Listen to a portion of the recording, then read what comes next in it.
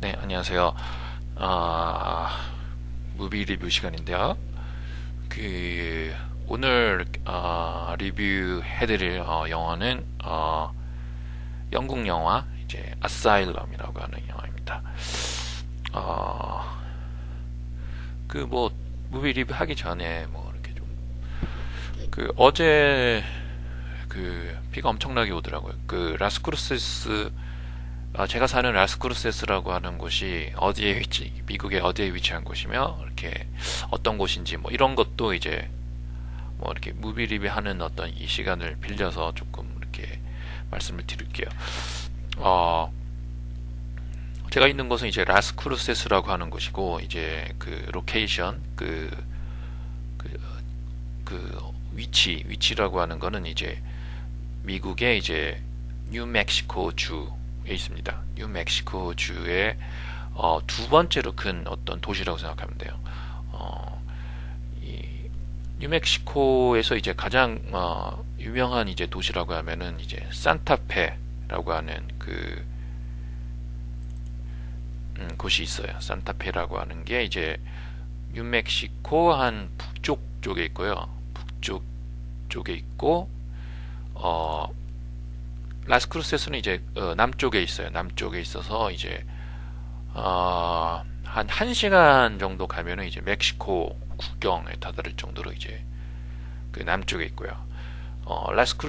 산타페가 유명하고 이제 산타페는 이제 북쪽에 위치해 있고 이제 라스크루세스 같은 경우에는 남쪽에 위치해 있고요. 산타페가 주도예요, 주도. 산타페가 유명하다라고 하는 건 몇 가지가 있는데 우선은 이 산타페라고 하는 차가 있었잖아요. 근데 차라고 하는 게 이제 진짜 뉴멕시코의 산타페에서 온 거예요. 우연히 이렇게 된 게 아니라 이 산타페라고 하는 것이 이제 자연이 굉장히 아름다운 걸로 이름 나 있고요. 그리고 이제 많은 이제 미국에 있는 예술가들이 와서 이제 한 어떤 아티스트들의 어떤 도시 이런 식으로도 이제 알려져 있어요. 그걸 이제 산타페라는 그 차로도 유명하고 그리고 또 하나가 이제 뭐냐면 옛날에 우리 세대는 요즘 젊은 사람들은 잘 모를 젊거나 또 우리보다 좀 나이가 많은 사람들은 모를지 모르겠지만 제 밑에 10년 밑에 한 위에 한 5년 위 정도는 아마 알 것 같은데 이제 일본의 이제 미야자와 리에라고 하는 굉장히 유명한 탤런트 이렇게 배우죠. 영화 배우가 있었는데 이제 그 사람이 이제 유명한 이제 누드 사진집이 있었어요. 한국에서도 그게 좀 이렇게 돌아다녔어요. 분명히 그거 내가 기억하는데 어, 그 누드 사진집이 굉장히 일본에서도 유명했고 한국에서도 유명했었는데 그게 한 90년대 초반 정도에 이제 출판된 이렇게 누드 사진집인데 그 제목이 산타페예요. 산타페인데 이제 진짜로 미야자리에가 그 뉴멕시코의 산타페에 와서 이제 찍은 거예요. 그러니까 중요한 거는 미야자리의 몸이겠지만은 누드 사진집이기 때문에 몸이겠지만은 아름다운 배경이 되는 어떤 그런 곳이 바로 산타페였다라고 하는 것이거든요. 그게 뉴멕시코로 생각하면 되고 제가 뉴멕시코의 라스크루세스라고 하는 곳에 있습니다. 산타페가 가장 큰 주도지만은 가장 큰 도시는 아니고요. 두 번째도 아니에요. 왜냐 라스크루세가 두 번째이기 때문에 제가 알기로는 제일 큰 도시는 이제 알버코르키라고 해서 아마 라스크루세스랑 산타페 중간 정도에 있는 도시예요. 거기가 이제 제일 큰 도시다라고 생각합니다. 그러니까 뉴멕시코를 조금 정리하자면은 알버코르키가 이제 주도도 아니고 아무것도 아니지만은 제일 큰 도시고 두 번째가 이제 라스크루세스고 이제 세 번째가 이제 산타페로 하는데 이제 산타페가 이제 주도라고 생각하면 돼요. 어, 그, 제가 저번 시간에도 말씀드렸지만은 이제 미국 쪽에 지금 이제 짐을 다 옮겼습니다. 옮겨서 이제 컨테이너 제 짐이 오고 있는데요. 사실은 제가 이제 그렇게 미국에서 좀 살아봐야 되겠다. 앞으로 이제 몇 년이 될지는 모르겠지만은 이런 어떤 계기를 주게 된 건 사실 이번에 제가 한국에 가서 이렇게 많은 사람들을 만난 건 아니지만 이제 몇몇 사람들 만나서 이제 그 어떤 그 얘기를 했죠. 제가 뭐 이렇게 뭐 정리하고 있다, 한국 생활을 해가지고 미국 쪽으로 짐을 옮기려고 하고 있다라고 하는 그 개념을 이렇게 많은 한국 사람들이 이렇게 비상적인 어떤 미국이라는 거로밖에 이렇게 생각을 못 하더라고요. 근데 사실은 제가 이제 미국도 많이 살아봤는데 그 여러 군데에서 살아봤는데 뭐 플로리다에도 있어봤고 뭐 뉴저지에도 있어봤고 뉴욕 블루크린도 있어봤고 이제 그 버팔로에도 있어봤고 이제 그러니까 물론 그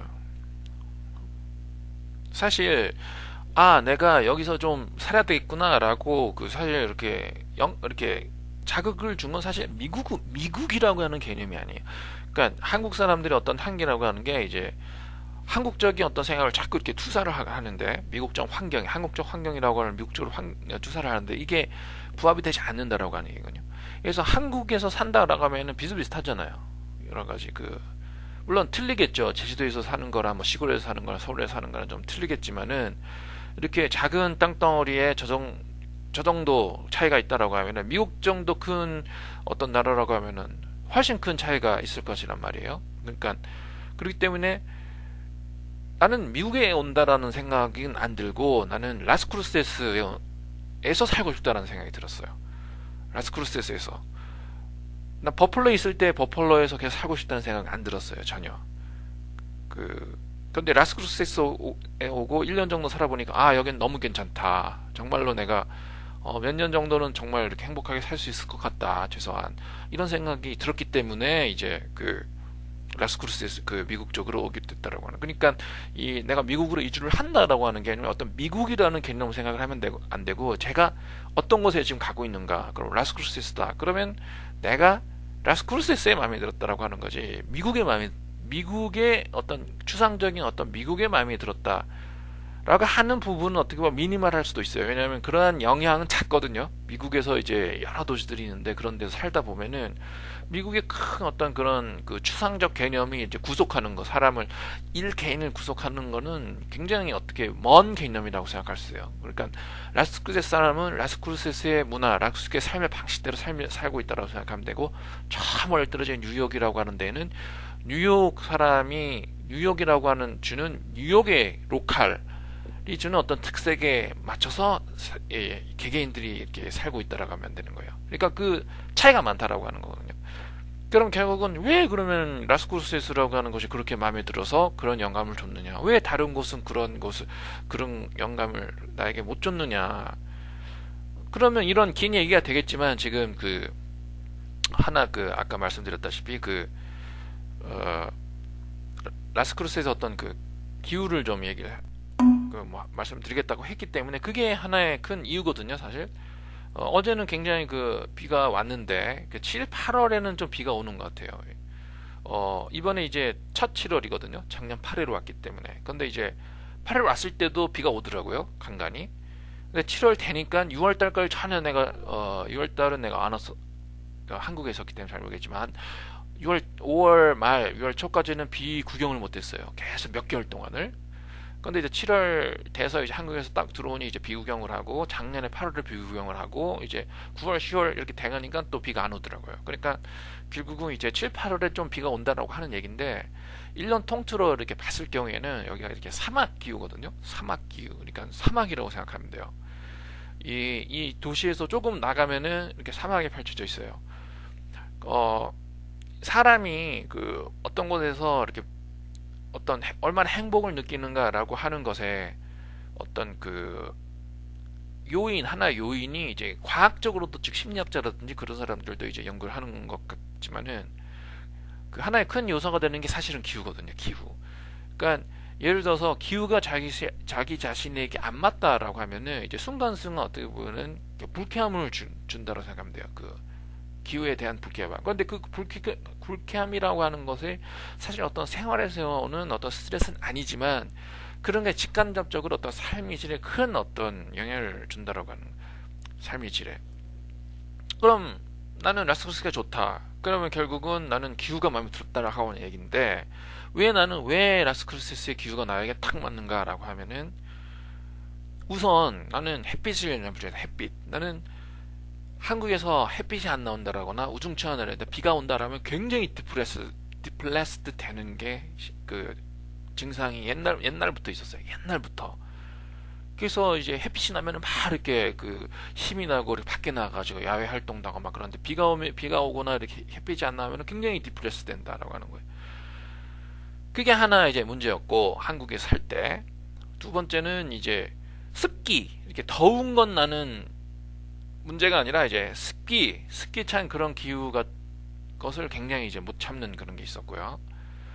그리고 이제 겨울이 특별하게 싫다 뭐 이런 거는 없었지만은 이제 나는 이제 아웃도어형의 인간이기 때문에 햇빛이 잘 나고 습기가 없는 그런 한 예를 들어서 6월 한 5월 그리고 9월 정도 한 8월 말에서 9월 초 정도 더우면서 좀 습기가 없는 그런 날이 그런 괜찮지만 또 겨울이 되면은 그렇게 춥고 햇빛도 안 나고 그리고 아웃도어 이렇게 캐릭터를 가지고 있는데 제가 아웃도어 할 수도 없고 이렇게 되거든요. 결국은 이게 좀 한국에 살았으니까 뭐 한국 예를 드는데 한국에 살다 보면은 내가 굉장히 난 정말 행복하다 이렇게 행복하다까지는 얘기를 말할 수 없을지도 모르겠지만 나 진짜 feeling 굿이다.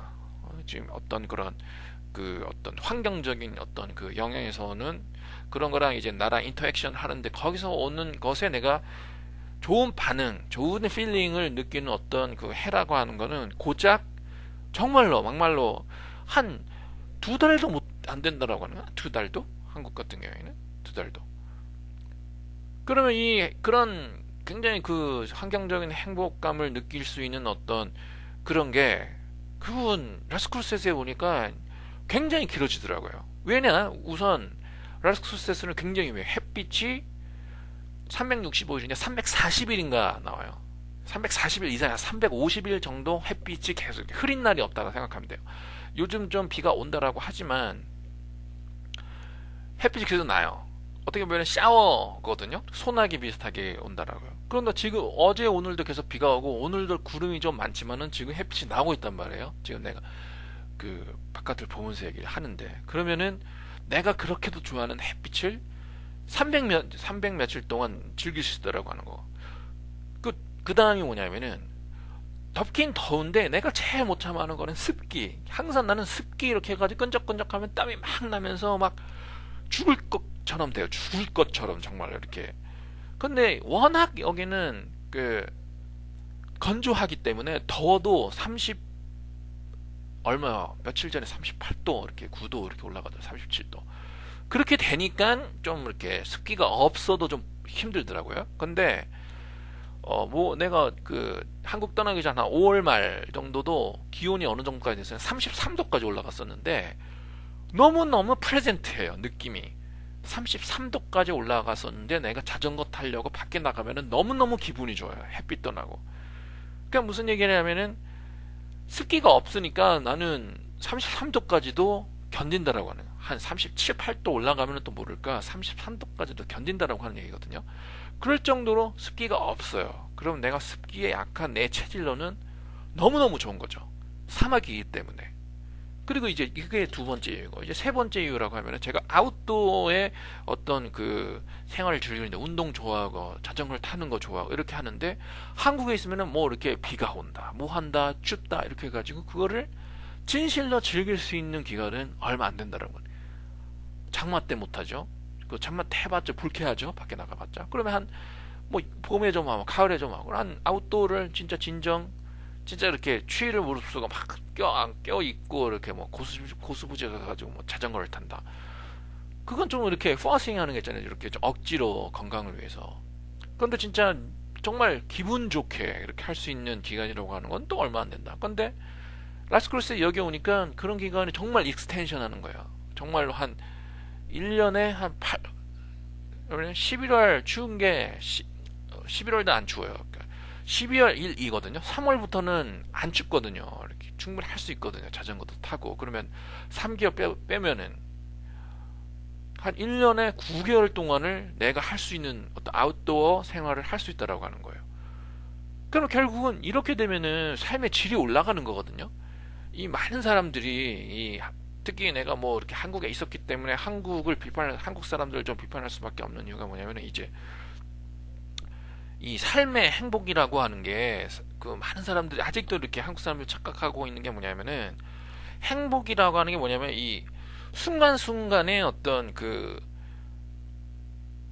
순간순간에 unpleasant한 feeling이 어느 정도 차지를 하고 플레이트한 feeling이 어느 정도 차지를 이거거든요. 결국은 이게 삶이 어떤 그 이게 아니에요. 그 뭐라 그랬냐면 이 그 상징적인 어떤 그런 것에 주는 게 아니거든요. 그 돈이 있어서 돈이 없어서 이렇게 행복하지 못하는 어떤 그 트래시홀드 그 소위 말해서 어떤 라인이라고 하는 건 뭐냐면 돈이 없어서 결국은 내가 몸 고생하고 이렇게 마음 고생한다라고 했을 경우 이제 그것이 문제가 되는 거고 돈이 있음으로 해가지고 그런 것이 없어지는 단계가 갔어요. 단계가 가면 그 선부터 그 이상 어느 정도까지 돈 많느냐라고 하는 결국은 착각 소위 말해서 심볼릭한 어떤 그 사회적 어떤 개념으로서의 어떤 그 뭐라 그래야 되나 그 너는 돈이 있으니까 넌 행복한 거야. 돈이 예를 들어서 1억 있으니까 8천인 사람보다 행복하고 8천인 사람보다 9천인 사람보다 행복한 게 아니라 낮고 부자구나. 그런 걸 어떻게 투사를 해서 그걸 피드백을 받아서 생각을 해서 그래서 행복이구나 행복하지 않구나 이렇게 생각하는 거지. 결국 그런 것이 진정한 행복 순간순간에 프레젠트한 어떤 기분을 얼마나 느끼게 해주느냐라고 하는 것에 있어서는 전혀 영향이 없거든요, 사실은. 그러니까 그런 거를 좀 한국 사람들이 좀 그런 걸 생각을 해야 돼요. 내가 과연 내가 원하는 게 뭐냐? 나는 어떤 액티비티, 어떤 순간에 내가 행복함을 느끼느냐? 그러면은 그 순간 익스텐션 하는 어떤 삶의 방법을 찾아야 된다라고 하는 거거든요. 자기가 정말로 예를 들어서 뭘 하는데 즐겁다. 그럼 그 하는 것을 더 많이 할 수 있는 어떤 환경 쪽으로 자기를 몰고 간다라고 하는지 그런 식으로 가야 되는 거지. 사회적으로 너 돈 있는 사람이 행복하다 하더라. 돈 있는 사람들 받지 않는다 하더라. 그러니까 내가 그렇게 돼야 되겠다. 이것이 행복 기준이 안 된다라고 하는. 어쨌든 뭐 그런 강의는 어떤 내 생각은 이렇게 간간히 그렇게 얘기를 하기로 하고요. 그런 의미에서 이제 삶이 내가 한국에 있을 때 어떤 순간에 내가 굉장히 프레젠트한 느낌이 들었었느냐라고 하면은 한국에서 항상 프레젠트한 마음이 느꼈던 거는 이제 굉장히 짧은 순간들 가을에 햇빛이 나고 따뜻하고 좀 덥고 그러고 내가 밖에 나가가지고 기분 좋게 자전거라도 탈 수 있는 순간 굉장히 짧은 순간 봄의 짧은 순간 그러면 이것이 늘어나면은 내 생활은 더 행복해질 것이고 삶의 질이 올라갈 것이다 그렇게 생각해 보면은 라스크루스에서 내가 있는 것이 너무나 행복감을 느낀다라고 해야 하나는 순간순간에 그게 이제 내가 이 라스크루스에서의 기후가 나의 어떤 내가 싸워서 여기 와야 되겠구나라고 하는 것에 굉장히 영향을 끼쳤다라고 하는 거. 왜 그게 영향을 끼칠 수밖에 없는가에 대한 어떤 얘기를 지금 말씀드렸고, 또 하나는 내가 6월 달에 한국에 갔을 때 사람들이 좀 이렇게 이해를 못 하더라고요. 서울보다 내가 라스크루스에서가 자꾸 낫다 이런 얘기를 했거든요. 그러면 그거를 어떻게 보면은 어떻게 좀 이렇게 애국적인 거라든지 뭐 이렇게 내셔널리즘 뭐 이런 쪽으로 해석을 하더라고요. 그건 아니고 그리고 이제 뭐 그건 아닌 건 알잖아요. 그럼 뭐 이렇게 좋은 게 좋은 거지 뭐 이렇게 두 번째 해석은 뭐냐 그렇게 좀 해석하는 사람이 있었는데 뭐 그거는 굳이 설명 안 해도 이렇게 뭐 좀 생각이 있는 사람들은 그게 뭐 잘못된 해석이라고 하는 알 수 있을 거고 그럼 두 번째는 뭐냐면 이제 자꾸 서울이 뭐가 나쁘냐 이렇게 얘기를 하더라고요. 서울이 내가 서울에 살았으니까 그러니까 하나 그거에 대한 내가 반론은 뭐냐면은 서울 나는 보편적으로 나쁘다라고 하는 얘기는 아니다. 그러니까 서울이 좋다라는 사람은 거기 살면 되는 거고. 예? 뭐 나는 서울 뭐 거기 뭐 좋다라고 하면서 사는 사람들한테까지 뭐 이렇게 나는 뭐 내가 지금 라스크루스가 더 낫다 이렇게 얘기하는 건 아니고요. 두 번째는 뭐냐면은 이제 어떤 사람에게 서울은 굉장히 지옥이 될 수도 있다라고 하는 것은 좀 이해를 했으면 좋겠다라고 하는. 어떤 사람에게 서울이라고 하는 환경이 지옥이 될 수 있다라고 하는 거는 이해를 해줘야 된다. 그거는 어떤 사람은 나고 전데 그거는 그게 간단하게 갑시다. 뭐 이렇게 큰 거 하지 말고 나는 왜 서울보다 여기가 좋냐라고 하면은 간단하게 자, 내가 운동을 좀 좋아하거든요. 운동을. 그러면은 내가 농구를 하고 싶다. 예를 들어서 농구를 하고 싶다. 내가 농구를 좋아하기 때문에 내가 운동을. 그럼 서울에 가면 어디서 할 수 있느냐라고 하는. 우리 집 근처 농구장이 없어요. 농구 코트 갔다? 라고 하면은 어디 무슨 학교 이렇게 가야 돼. 학교 가면은 뭐 땅바닥, 뭐 흙바닥에서 해야 되고, 뭐 이렇게 조금 이렇게 포장이 됐다라고 해야 돼. 뭐 콘크리트? 뭐 이런 정도 이렇게 햇빛 쨍쨍 나는 데서 뭐 이렇게 해야 된다. 그러면 단순히 농구를 한다. 정말 단순한 욕망이거든. 소박한 욕망을 쓰자. 내가 무슨 1,000만 원 뭐 이렇게 떼부자가 되고 싶다라든지 무슨 내가 뭐 부자가 이런 게 아니라 나는 농구를 하고 싶다라고 했을 때 최대한 기분 좋은 어떤 그런 환경에서 기분 좋게 부담 없이 가까운 곳에서 농구를 하고 싶다라고 하는 거예요. 근데 서울 같은 거에 제주에는 농구 코트가 없어요. 농구 코트 있다라고 해도 굉장히 그 좀 시설이 잘 안 되어 있는 어떤 학교 코트라든지 뭐 이렇게 이런 데밖에 없다. 근데 라스크루세스 오면은 내가 지금 최소한 대학원생이기 때문에 이 공짜로 사용할 수 있다라고 하는 거예요. 그 체육관을. 그러면 엄청나게 틀리죠. 체육관에서 그 정말 이렇게 만들밴들한 어떤 마루바닥에서 정식 바닥에서 정식 코트에서 에어컨 펑펑 틀어지는 곳에서 땀이라도 땀 그래도 적게 흘리면서 거기서 운동을 하는 거라 마음 하고 싶으면 얼마든지 갈 수 있거든요. 돈 드는 것도 아니고 한국처럼 걸어가 가지고 학교 뭐 이렇게 후진 농구 코트에 흙바닥 이런 데서 햇빛 쨍쨍 나는 데에서 그런 데서 하는 거 어느 정이 낫냐라고. 근데 사람들이 이렇게 얘기해. 너 그게 뭐가 중요하냐, 농구를 하는 게. 근데 그것을 내가 초반에 얘기를 한 거예요. 그 행복이라고 하는 게 뭐냐, 큰 게 있는 게 아니라, 이 소박한 농구를 하고 싶은 사람에게 농구를 프레젠트하게 기분적 할 수 있는 그 순간이라고 하는 게 행복을 주는 거지. 어떤 사람이 내가 부자가 돼야 되겠다 해가지고 무슨 부자가 됐어 하고 싶은 것도 없는데 그래서 은행에 그런 것이 쌓여있단 말이야. 돈이 몇 억이라고 하는 것이. 아, 내가 부자야 그래서 내가 행복한가 보다 라고 생각을 해서 이것이 행복이 아니라는 게 지금 이 사이콜로지라는 심리학 이런 쪽에서 행복이란 뭔가라고 하는 것도 굉장히 연구가 되어 있는데 그 후자가 아니라는 얘기예요. 순간순간의 어떤 프레젠스, 순간순간의 어떻게 기분 좋은 어떤 순간순간이 얼마나 많은가, 거기에서 행복이라고 하는 것에 정해진다라고 하는 그런 어떤 과학적인 연구에서 보더라도 내가 지금 농구를 하고 싶다. 그럼 농구를 해야 된다는 거예요. 얼마나 쉽게, 얼마나 기분 좋게 그런 환경에서 농구를 할 수 있는가 라고 하는 건 행복을 주는 거예요. 그런 의미에서는 나는 서울에서는 어떻게 할 수가 없대요. 하고 싶은 걸. 그 두 번째 뭐냐, 내가 자전거를 타는 걸 굉장히 좋아하는데 한국에는 자전거 탈 수 있는 곳이 없을 뿐더러 쭉 가야 돼요. 고수부지까지 고수부지까지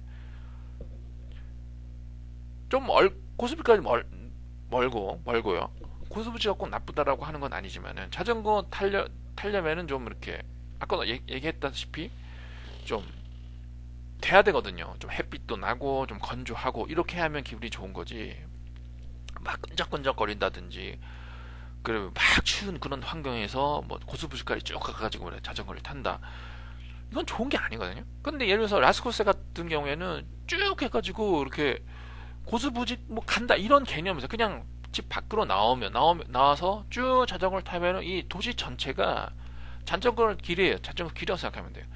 뭐 이렇게 차가 많은 것도 아니고 뭐 이렇게 하는. 그러면은 한국 같은 경우에는 꼭 고수부지 나가죠. 똑같은 어떤 풍경 아래에서 왔다 갔다 똑같이 하는 것보다 여기서 아까도 말했듯이 햇빛도 나오고 건조하고 그리고 1년 내내 탈 수 있고 그리고 어디든지 갈 수 있기 때문에 지겹지도 않고, 왜냐면 이 지나가는 풍경이 틀리기 때문에. 그러면 이제 자전거 타는 걸 좋아하는 사람에게도 훨씬 낫다네 여기가. 그리고 또 이렇게 뭐 운동하는 것뿐만이 아니라 예를 들어서 제가 영화 보는 걸 좋아하는데 이제 조금 전까지 한 4, 5년 전까지만 해도 이렇게 DVD 빌리는 데가 있었어요. 근데 그것도 없어지더라고요. 한국에 가면은 영화를 볼 수가 없어. 영화 극장 가서 봐라 그러는데 나는 그런 영화, 그 새로운 영화를 보고 싶은 게 아니라 옛날에 이제 클래식 영화 이런 거를 많이 보고 싶어요. 보고 싶어도 그런 거를 빌릴 곳이 없다. 그러면은 예를 들어서 그러면은 그 인터넷으로 다운로드해서 받으면 되지 이렇게 얘기를 하는데 내가 왜 그게 싫으냐면은 그런 게 있어요.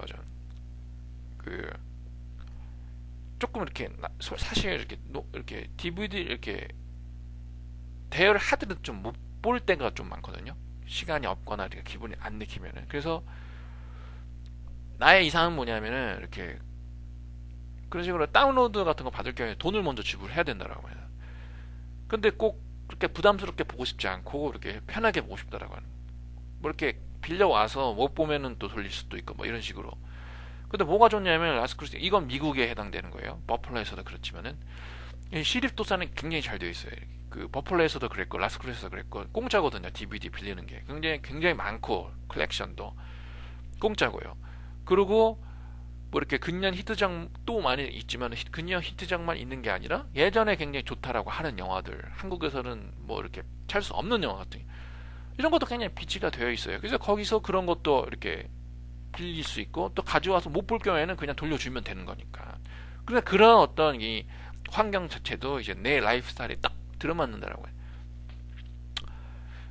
그러니까 뭐 그런 거 얘기하다 보면은 이렇게 한이 없는데 이거 듣는 사람 뭐 이렇게 뭐 어떤 사람 듣는지 모르겠지만은 그러니까 이런 걸 생각을 해야 돼요. 행복을 찾으려면은 물론 내가 행복에 뭐 이 나는 행복해 죽기 때문에 행복론을 강요한다라고 하는 건 아니고요. 나도 솔직히 좀 우울할 때도 있고 뭐 이렇게 그냥 근데 이제 내가 느끼는 걸 얘기하는 느끼는 걸 얘기하는데 이게 굉장히 영향을 끼치더라라고 하는 거예요. 이 전략, 행복을 어떻게 찾을 것인가라고 했을 때 어떤 전략을 사용할까? 어떤 전략이 과연 내가 행복을 느끼는데 석세스풀 하느냐, 성공적인가라고 했을 경우에는 제가 지금 말씀드린 이 전략을 사용하셔야 해요. 어떤 순간들이 자기에게 행복을 줬고 그런 시간을 늘리고 이렇게 할 수 있는 방법이 어떤 것인가라고 하는 걸 한번 생각해 보라는 이렇게 뭐 사회적으로 통용되는 그런 것을 어떻게 내가 이렇게 해가지고 내가 무슨 그런 거는 어떻게 보면은 사실 궁극적인 행복을 잘 주지를 못하는 것 같더라고요. 그러니까 한번 전략을 바꿔보시라라고 하는 무슨 얘기 또 하나 하려고 그랬는데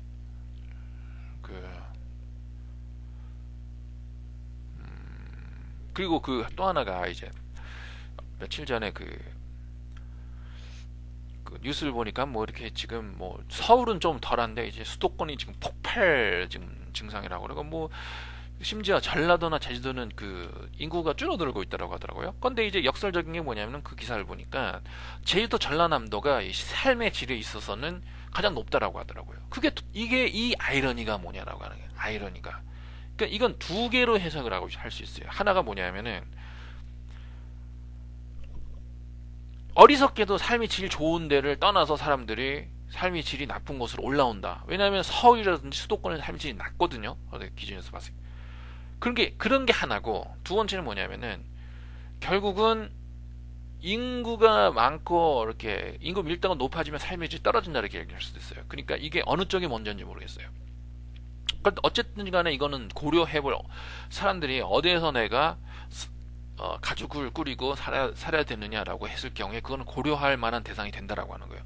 예를 들어서 첫 번째 케이스 사람들이 어리석게도 삶의 질이 좋은 것을 놔두고 삶의 질이 나쁜 쪽으로 자꾸 온다라고 했을 경우에는 그 생각은 빨리 버리도록 하는 게 좋고 또 두 번째는 뭐냐면은 결국은 인구가 많고 인구가 팽창하고 인구 밀도가 높다 보면은 삶의 질이 떨어진다라고 하는 거라면 이거 두 번째라고 하면은 그런 데를 빨리 벗어나는 게 낫겠죠. 빨리 벗어나는 게 낫겠죠. 자기네들이 서울에 살고 수도권에 살고 도시에 산다라고 해가지고 착각을 할 뿐이에요. 결국은 그거는 내가 행복하구나 시골에서 사는 보다 내가 행복하구나 무슨 뭐 이렇게 뭐 무역센터도 갈 수 있고 뭐 수도에 사는가 그건 착각이고 빨리 그 착각을 버리고 삶의 질이 높다라고 하는 거예요. 빨리 이사를 가시라는 얘기예요. 그럼 어떤 사람한테 물어보면 너 왜 이사를 안 갔냐? 근데 나 같은 경우에는 서울 토백이기 때문에 30년 이상을 계속 살았었기 일본에서 서울로 온 이후로 계속 서울로 살았었기 때문에 나는 그건 어쩔 수 없는 거잖아요. 그러니까 이제 예를 들어서 아주 시골에서 이제 도시는 놔야 되겠다라고 했을 경우에는 도시도 삶이 질이 좋은 도시로 이렇게 가는 것이 낫겠고 그리고 굳이 이렇게 시골 자기 있는 곳을 떠나가지고 서울에 온 사람들은 한번 생각해 볼 필요가 있다라고 하는 하나 예를 들게요. 그게 왜 인구 밀도가 높아지면은 삶의 질이 떨어진다라고 하는 잘 봐요. 하나의 내가 에피소드를 말씀드릴게. 그 노년 도서관, 내가 노년동에 살아 있었기 때문에 이제 노년 도서관 얘기를 들겠는데, 그럼 보세요. 노년 도서관이에요. 노년 동사무소에 7층에 도서관이 있어요. 도서관이 있는데, 이, 거기서 어떤 에피소드인데, 제가 그 짐을 정리하면서 그러니까 책이 많이 나왔길래, 책이 많이 버릴 수밖에 없더라고요. 너무 많아서. 뭐 이렇게 책 가지고 이렇게 지금 컨테이너 실려가지고 오는 뭐 책들도 많지만은 이제 버린 책도 많다고요. 그러니까 버리기 아까우니까 그 노년 동사무소 7층 어떤 도서관에 가서 얘기를 했어요. 그 기증 해도 되냐, 지금 뭐 책이 있는데. 그러니까 그쪽에서 얘기하는 게 뭐냐면은 뭐 놀 자리도 없다, 뭐 이런 표현을 하다. 놀 자리도 없다. 자, 이게 그래가지고 그게 무슨 얘기냐면은 사실은 잘 보세요. 인구가 늘어나면은 결국은 스페이스가 좁아지거든요. 그러니까 그 스페이스가 좁아진다라고 하는 건 뭐냐면은 결국은 역설적인 게 나올 수밖에 없는 거예요. 역설적인 게. 사람이 많으면은 많은 스페이스가 필요하단 말이에요. 근데 결국은 사람이 많다 보면 스페이스가 좁아진다. 그리고 뭐냐면 노년 동사무소에 있는 도서관의 딜레마는 뭐냐면은 노년동 인구는 계속 늘어가지고 사람은 많은데 그러면 책이 많이 더 필요하다는 단 말이에요. 근데 결국은 스페이스가 좁기 때문에 그 사람들을 만족시킬 만한 책을 둘 곳이 없어진다라고 하는 거예요. 그게 하나의 역설이에요. 그러니까 뭐냐면은 이게 뭐냐, 인구를 충족시켜줘야만 하는 어떤 사회 간접, 어떤 사회 시설의 제약이라고 하는 것에 어떤 역설이 벌어진다라고 하는 거예요. 예를 들어서 제주도 같은 경우 사람이 없다. 사람이 없고 그러면 스페이스가 많다라고 하는 건, 스페이스가 인구 밀도가 적다라고 하는 스페이스가 많다라고. 그러면 스페이스가 많기 때문에 큰 공간을 도서관으로 사용할 수 있고, 그러면 결국은 큰 공간에 많은 책을 비치할 수 있고, 그럼 많은 책이 있기 때문에 많은 책이 있지만은 빌리는 사람은, 거기 사용하는 사람들은 적을 거 아니에요. 그럼 1인당 책이 돌아가는 숫자가 올라간다고 하는 거예요. 거기서 바로 왜 인구 밀도가 높아지면 삶의 질이 떨어질 수밖에 없는가라고 하는 결론이 난다라고 해요. 이거 너무 많이 얘기를 했네. 자, 그러면 이제 너무 길게 얘기했으니까 이제 아살렘처럼 가야 되는데, 이 영화도 금년 그 겨울쯤에 본 영화예요. 본 영화고, 예. 그 다음 영화까지 계속 공포 영화 쪽으로 가는 것 같아요. 챈젤링. 그 다음에 제가 뮤비를 하려고 하는 그 영화도 이제 공포 영화거든요. 봅시다. 챈젤링. 예. 그 다음에 이제 반딧불의 묘지 이런 쪽으로 가는데, 공포 영화인데 이 영화는 이제 1972년 영국 작품이고, 이제 나오는 배우들은 이제 피터 커싱 하고 나머지, 그리고 샬롯 램플링 다시 한번 나오네요. 샬롯 램 72년이면은 제가 저번에 한 나이트 포터, 더 나이트 포터의 그거랑 비슷하잖아요. 똑같이 비슷하지. 73년작인가? 나이트 포터는 그런가? 72년인가 73년인가? 이제 샬롯 램플링이 비슷한 나이트돌의 모습을 이제 이 영화에서 보여주는 거죠. 역시나 아주 아름답더라고요. 예쁘고 아름답고 아주 연기도 잘하고 아주 완전히 빠져버렸습니다. 두 영화로 인해서. 피터 쿠싱은 이제 보통 이제 공포 영화의 배우로 이제 많이 알려져 있는데, 그건 맞고, 근데 조금 나이 많은 사람들은 이 영국 쪽 이제 드라큘라나 프랑켄슈타인이나 이제 뭐 이렇게 뭐 미라 뭐 그런 것들을 이제 이렇게 한국에서는 한 80년대인데 많이 좀 해줬던 걸로 기억하고 있어요. 그런 걸 좀 많이 봤던 사람들은 이제 피터 쿠싱을 많이 알겠지만은, 이제 좀 모르는 사람은 이렇게 얘기하면 이 사람이 누구냐면 이제 스타워즈 뉴 호프 1977년 작품, 거기에서 이제 데스타의 함장으로 나오는 사람이라고 생각하면 돼요. 근데 이제 뭐 그렇게 이렇게 전체적인 기준에서 보면은 인류 배우로는 조금 볼 수 없을 수도 있어요. 피터 커싱. 왜냐하면 이 공포 영화 주로 나왔고, 또 공포 영화라고 하는 게, 또 이 사람이 나온 공포 영화라고 하는 게 어떻게 보면 오락 공포 영화들이거든요. 뭐 크게 이렇게 의미가 있다거나 그런 건 아니.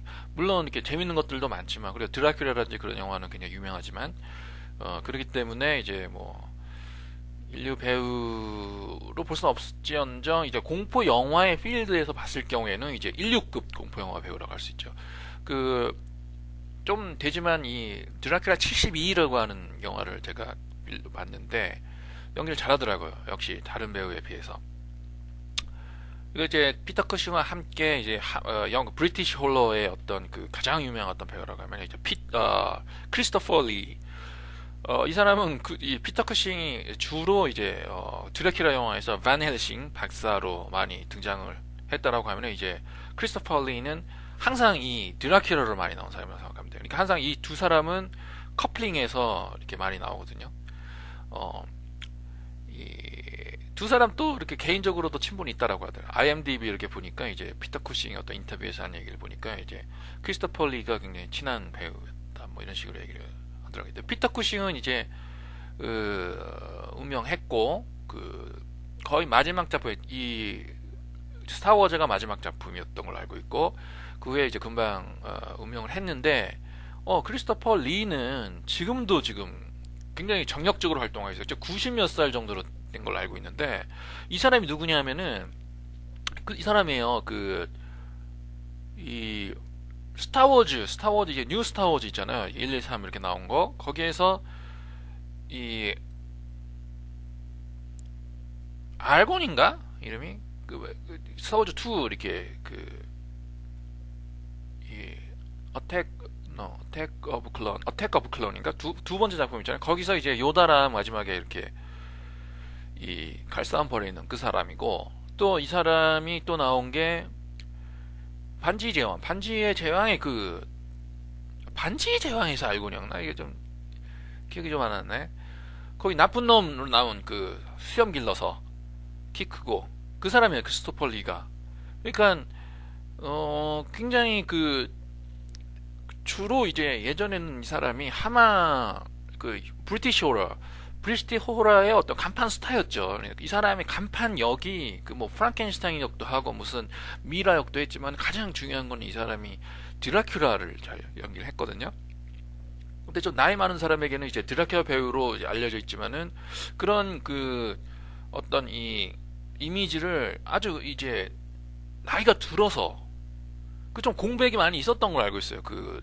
뭐 80년대, 90년대가 그 사람이 나온 영화를 접한 적은 없고요. 들어본 적도 없고 이제 2000년대 들어서 이런 뭐 스타워즈라든지 반지의 제왕 이렇게 나오면서 자기 이미지를 다시 이렇게 바꾸면서 좀 인지도를 높이고 있고 명성을 좀 높이고 있는 것 같습니다.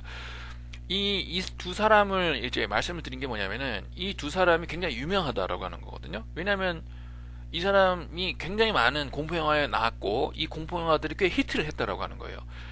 이 공포 영화를 생산을 한 게 영국이고요. 여러 가지 회사에서 이제 이런 공포 영화를 생산을 한 게 아니라 이제 브리티시 호러라고 하는데 6, 70년대 브리티시 호러라고 하는데 주로 60년대고 이제 70년대 초반 가면은 이제 좀 많이 사그라들기 시작. 이 브리티시 호러의 이제 가장 중요한 이제 회사가 이제 하마 필름이라고 있어요. 하마 필름. 이 하마 필름이 바로 드라큘라라든지 프랑켄슈타인이라든지 이제 늑대 인간이라든지 이제 미라든지 그런 영화를 많이 생산을 했고 60년대에 주로 거기에서 이제 피터 쿠싱이나 이제 크리스토퍼 리가 많이 나오면서 이런 영화들이 히트를 하다 보니까 뜬 거죠. 그러니까 이 크리스토퍼 리 피터 쿠싱이 나오는 영화가 브리티시 호러고 브리티시 호러의 이게 배경에는 하마 필름이라고 하는 이제 구체적인 어떤 제작사가 있었더라고요. 그리고 이제 거기다 플러스 해가지고 이제 아미카스. 왜 아미카스를 얘기하느냐? 이번에 오늘 말씀드린 이제 아사일럼이라고 하는 영화가 이제 아미카스에서 만들어진 건데 이제 아미카스도 한 60년대에 많은 영화를 이렇게 생산을 했고 이 영화에 또한 이 크리스토퍼 리랑 피터 쿠싱이 많이 출연을 했습니다. 그리고 히트작도 많이 생산을 했고요. 그래서 브리짓 홀러의 양대 산맥이라고 하면 이제 하마랑 그다음에 아피카스라고 말씀드릴 수 있고요. 제가 이제 브리티시 홀러랑 피터 쿠싱이랑 이제 크리스토퍼를 조금 패밀리아 조금 이렇게 친숙한 거 뭐냐, 우리 아버지가 이제 일본에서 계속 계셨기 때문에 영화 좀 이렇게 문화적으로 이렇게 좀 이렇게 동시대의 한국 사람에 비해서는 좀 풍부한 그런 학내에서 있었고, 또 우리 아버지가 영화 광이었어요, 영화가. 그래서 우리 아버지가 뭐 이렇게 특별히 공포 영화를 좋아했다고는 보지 않는데, 이제 그 당시 영화를 좋아하다 보니까 이런 그 오락 작품을 많이 보셨겠죠. 그러다 보니까 그 사람 우리 아버지 입에서 이제 뭐 이렇게 드라큘라라든지 이제 이 뭐 이렇게 크리스토퍼 링과 피터 컷이 그런 얘기를 많이 들었어요.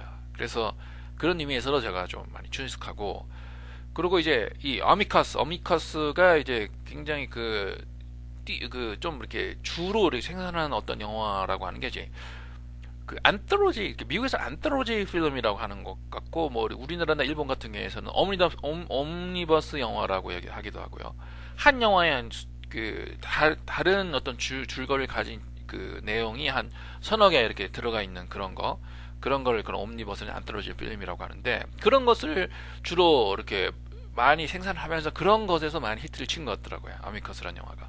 근데 그 중에서 이제 가장 이 중요한 작품이고, 이제 처음으로 그렇게 만들어서 히트를 한 영화가 이제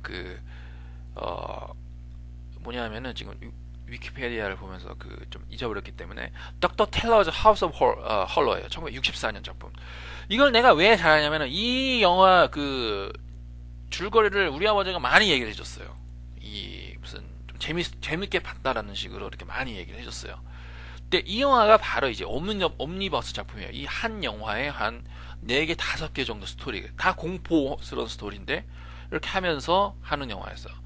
근데 이제 오늘 얘기를 하는 이제 어사일럼이라고 하는 것도 바로 이 안톨로지 옴니버스 필름이에요. 이 영화 속에 이제 4가지의 스토리가 들어가 있는 거예요. 이 조금 간단하게 얘기를 하자면, 이제 그 첫 번째 영화는 남자가 어떤 이렇게 미스트리스죠. 어떤 여자랑 꾀에서 자기 아내를 죽이는 그런 좀 무시무시한 작품인데, 죽이는 게 중요한 게 아니라 죽이고 이제 토막 사진을 해가지고 이제 냉장고에 보관을 했는데 그 토막된 그 시체를 움직인다, 그런 얘기거든요. 그게 한 20분 정도고.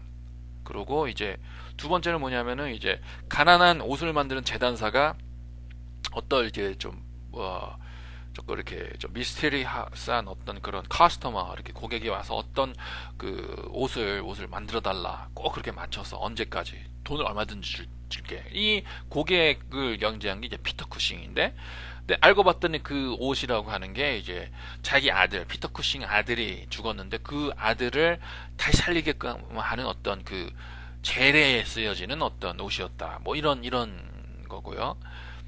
그리고 이제 세 번째가 이제 샬럿 램플링이 나오는 세 번째 스토리인데, 그게 뭐냐면 샬럿 램플링이 이제 정신병자인 것 같아요. 정신병자인데, 이 여자, 그러니까 이제 정신병자이지만은 이제 이 여자 입장에서 영화를 전개를 하는 거예요. 그러면서 이제 어떤 예쁜 여자가, 금발머리 여자가 나오면서 샬럿 램플링을 꼬시는 거예요. 이렇게 해라, 저렇게 해라, 죽이라, 뭐 이런 식으로 해서 결국은 이 여자는, 이 금발머리 여자는 샬럿 램플링의 어떤 환상 속에 나온 것이고, 결국은 이 여자 얘기를 듣다 보니까 샬럿 램플링이 굉장히 무시무시한 살인이나 그런 걸 저질렀더라라고 하는 걸 얘기하는 거고요. 네 번째가 이제 어떤 조그만 인형, 어떤 정신병원에 수감되어 있는 어떤 사람이 만든 조그만 인형이 이렇게 막 이렇게 어떤 주문을 받아가지고 움직이면서 걸어가면서 이렇게 사람을 죽인다, 뭐 이런 얘기예요. 이 4가지 스토리가 다 어떤 정신병원에 감금이 되어 있는 사람들 입에서 나오는 거고, 그것을 듣는 사람은 새로 이 정신병원에 부임한 의사가 듣는 거거든요. 그래가지고 한 사람 와서 환자를 만나면서 그 사람의 어떤 스토리를 들으면서 그 스토리가 쭉 하면서 줄거리가 되면서 영상이 되면서 하나하나의 어떤 스토리가 되는 거예요. 그러니까 이 다 어떤 정신이 어떤 이상한 사람들이 어떤 구술을 하는 어떤 그런 것의 기조가 되어 있어요. 그래서 이 아살람이라고 하는 게 정신병동이라는 얘기인데, 그래서 이 제목이 아살람이 된 거예요. 내가 하나 전에 파이널 데스티네이션 그런 얘기하면서 재미없었다라고 얘기를 하는데, 이거는 재밌었어요. 그래서 나는 이렇게 만들어야 되겠구나라는 생각이 들더라고. 이게 아무것도 아닌 스토리거든요. 보면은 뭐 사람을 죽여서 뭐 토막살이 낸다든지 뭐 이렇게 말도 안 되는 거죠. 예를 들어서 이렇게 뭐 재단사한테 뭐 이렇게 뭐 맡겨서 뭐 그게 예를 들어서 뭐 이렇게 악마의 재래, 아들을 살려간 악마의 재래 뭐 이런 것도 뭐 아무것도 아닌 거고 이렇게.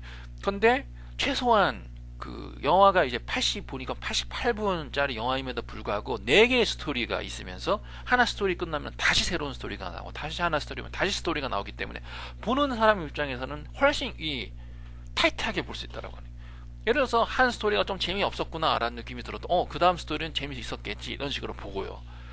그러니까 그런 의미에서 그 오락 작품을 만들 경우에는 최소한 재밌게끔 해야 된다라고 하는 생각이 들더라고요. 그러니까 파이널 데스티네이션 오락 영화를 표방했음에도 불구하고 사람을 이렇게 지겹게끔 만들면 그건 완전히 실패고, 정말 남는 것 없이 정말 실리한 정말 어리석은 어떤 줄거리든지 그런 거 가지고 하나 영화를 만들겠다 그러면은 최소한 사람 볼 동안 한 90분 정도는 이제 보게끔 만들어야 된다 이런 생각이 들죠. 그런 의미에서 이 어사일럼이라고 하는 영화는 그 성공을 했고요. 그런 의미에서 또 어떻게 생각했냐면 이제 브리티시 호러라고 하는 게 60년대를 이렇게 굉장히 그 풍미했거든요. 70년대 이제 굉장히 그 인기가 떨어지면서 이제 사그라들게 되면서 이렇게 되지만은 60년대는 굉장히 많은 어떤 그 오락 작품을 양산 이게 많이 양산을 하게 됐는데, 역시 이 무시할 수는 없구나. 어미커스라든지 하마 이렇게 필름에서 이렇게 내놓는 정말로 실링한 공포영화라고 하는 게 뭐 지나가 버리면 아무것도 아니지만은 최소한 사람이 90분 정도의 시간만큼은 보게끔 하는 어떤 능력이라든지 제작 어떤 능력을 가지고 있었기 때문에 최소한 10년 이상을 성공할 수 있었고, 거기에서 굉장히 유명한 피터 쿠싱이라든지 그 크리스토퍼 리라고 하는 어떤 그 배우들을 이렇게 만들 수 있었구나 이런 생각이 들었어요. 그래서 훨씬 그 파이널 데스티네이션 이런 거보다는 훨씬 좋은 점수를 주고 있고요. 굳이 그 점수를 주자면은 이건 한 80점 이상은 될 것 같아요. 80점에서 85 사이 그 정도는 줄 수 있을 것 같고 꽤 재밌게 봤다라고 하는 것을 말씀드리겠습니다. 샬롯 램플링 다시 나와서 다시 굉장히 그 미모랑 그 매력을 이렇게 발산을 했고요. 그걸 이제 보면서 이제 또 우리 아버지가 이제 많이 그 얘기를 했었던 뭐 이렇게 드라큘라 얘기라든지, 드라큘라라고 하는 게 그 뭐 그냥 드라큘라 얘기하는 게 아니라 이제 피터 쿠시나 크리스토퍼 리가 나오는 그 구체적인 1958년인가 9년 작품을 얘기를 하는 거예요. 그거를 우리 아버지는 극장을 가서 봤다라고 얘기하니까 일본에서, 그리고 굉장히 충격을 받았다라고 하니까 뭐 지금 내가 얼마 전에 그 유튜브에 올라가서 그 오리지널 작품을 봤는데 아무것도 아니더라고. 근데 그 당시에 어떤 기준에서 봤을 경우에는 굉장히 충격적이라고 하더라고. 뭐 그렇게 뭐 이렇게 무서웠다라고 하니까. 그리고 이제 덕터 테러 아까 얘기를 하는 그 어미커스의 작품을 우리 아버지가 그뭐 간간히 얘기를 했다라고 하는데, 뭐 그거는 이제 기회가 돼 보면 이제 다시 보려고는 하고 있고, 뭐 거기 그 똑같은 제작사 어미커스의 제작한 어셀람을 봤을 경우에 여기 역시나 재밌구나 하는 생각이 들었거든요. 그러니까 뭐 아버지가 뭐 재밌게 이렇게 뭐 얘기한 뭐 그 영화도 아마 재밌을 것 같네요. 언제 시간 있으면 이제 보려고 하고 있습니다. 또 what else네요. 뭐 더 이상 뭐 얘기할 거 있나요? 예. 다음 회는 이제 챈젤링이라는 영화인데, 이거는 이것도 굉장히 재밌게 봤어요. 재밌게 봤는데 이제 재밌게 본 게 내가 좀 이 영화를 좀 구체적으로 언급하고 싶은 게 아니라 하나의 어떤 그 정보, 어떤 굉장히 재밌는 정보를 이 영화를 이렇게 보면서 이렇게 얻었는데, 그거에 대해서 좀 이렇게 얘기를 할까 하고 있습니다. 그러면 오늘은 좀 이렇게 두서없이 초반에 무슨 행복론 뭐 이런 것들 얘기하느라 좀 시간을 뺏었는데요. 이 정도로 하겠습니다. 네.